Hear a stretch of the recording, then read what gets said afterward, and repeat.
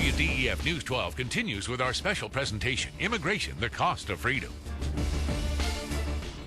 There's currently an estimated 11 million undocumented immigrants residing in the United States. And while some would like to become citizens, others just want to use this country's services while they're here and then head on home. WDEF News 12's Joe Legee explores the impact that immigrants have on health care and education. Because if you're an illegal immigrant, the last thing you should be doing is drawing attention to yourself. A piece of comedy from CBS's Craig Ferguson. For many, though, there's nothing amusing about how illegal immigration impacts the Tennessee Valley. A 2003 INS report estimates over 270,000 unauthorized immigrants live in Tennessee and Georgia. We do have huge immigrant populations, but not all of our immigrants are undocumented. Teresa Yiser-Smith, a CDC Public Health Prevention Service specialist, works out of the Hamilton County Health Department. Hispanic immigrants, many in the country legally, accounted for roughly 9% of their patient load last year, an increase of about 2%. Since the U.S. healthcare system differs from other countries, the department works to educate immigrants about how to maneuver the system for prenatal care and immunizations. We need to make sure they have those. If they're going to live here, for instance, if a child's going to go to school, we have rules about what immunizations children need to be able to attend school, and that's for the protection, once again, of the population. When it comes to the issue of legal status, health entities tend to side with the greater good. We are charged with serving the health of the community, and the only way we can ensure the health of the population is to really provide services to everyone. Things like water and power bills or rent receipts provide that proof here and at community health clinics like Project Access. As far as hospitals with emergency rooms like Memorial, they must treat those with medical needs regardless of if they're able to pay or in the country legally, so they don't keep track. However, some facilities like Erlanger receive federal reimbursement dollars to help offset some of this expense.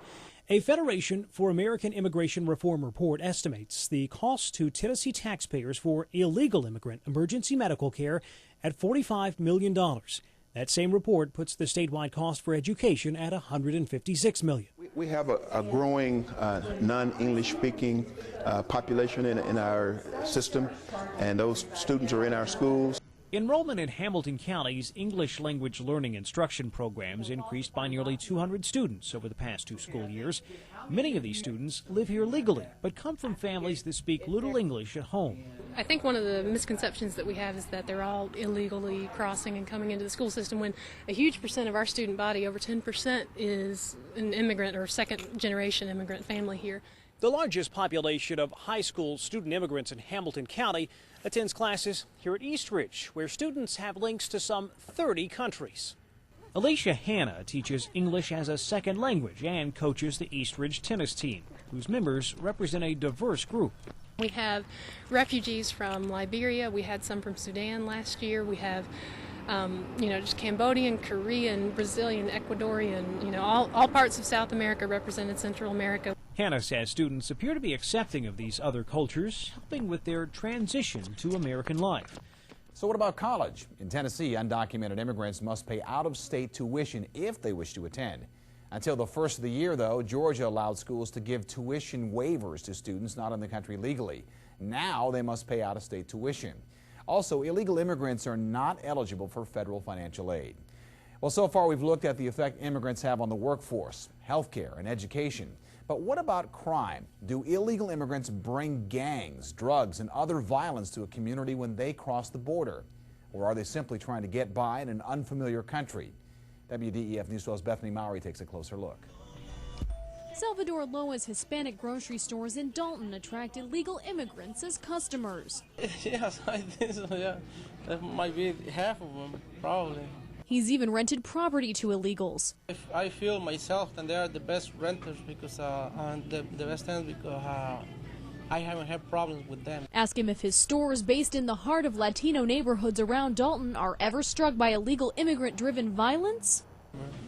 No, we haven't had any problem with anyone. And he's quick to tell you. But so is Billy Inman, whose son died in an accident after an illegal immigrant struck their car Father's Day weekend 2000. Crime happens every day, and they're not supposed to be here. That means there's more of it. Inman says by their very nature, illegal immigrants bring crime to a community simply by being illegal.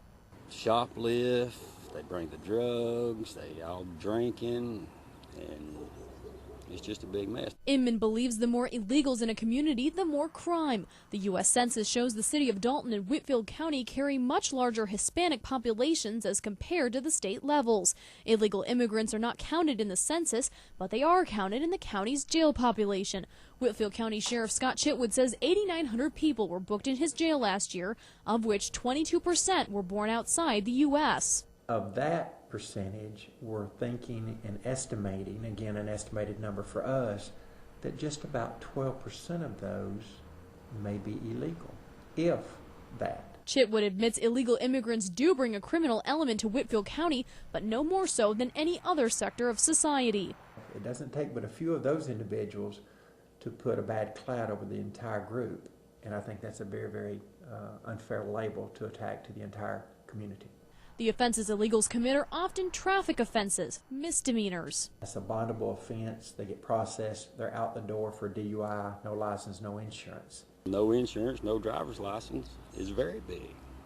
I mean, no insurance, who's going to pay for what happened to us, you know? We are. We shouldn't be accountable for their actions. But what about criminal action taken against immigrants? Whitfield County District Attorney Kermit McManus says often it's believed illegals make easy targets for crime. They fear deportation if they have contact with the authorities, and we're the authorities, and we're going to know where they are, and we're going to go get them and take them and deport them. And that is not true. Instead, he says illegal immigrants are entitled to the county's help through the Victims Advocates Program. We don't have any notion, number one, whether they are legal or illegal. So we deal with them across the board. Often McManus says illegal immigrants do not contact his office for help, becoming silent victims. But Loa contends the illegal immigrants who come to his store are no more victim or criminal than any other group in society, and there is no link between illegal immigrants and crime.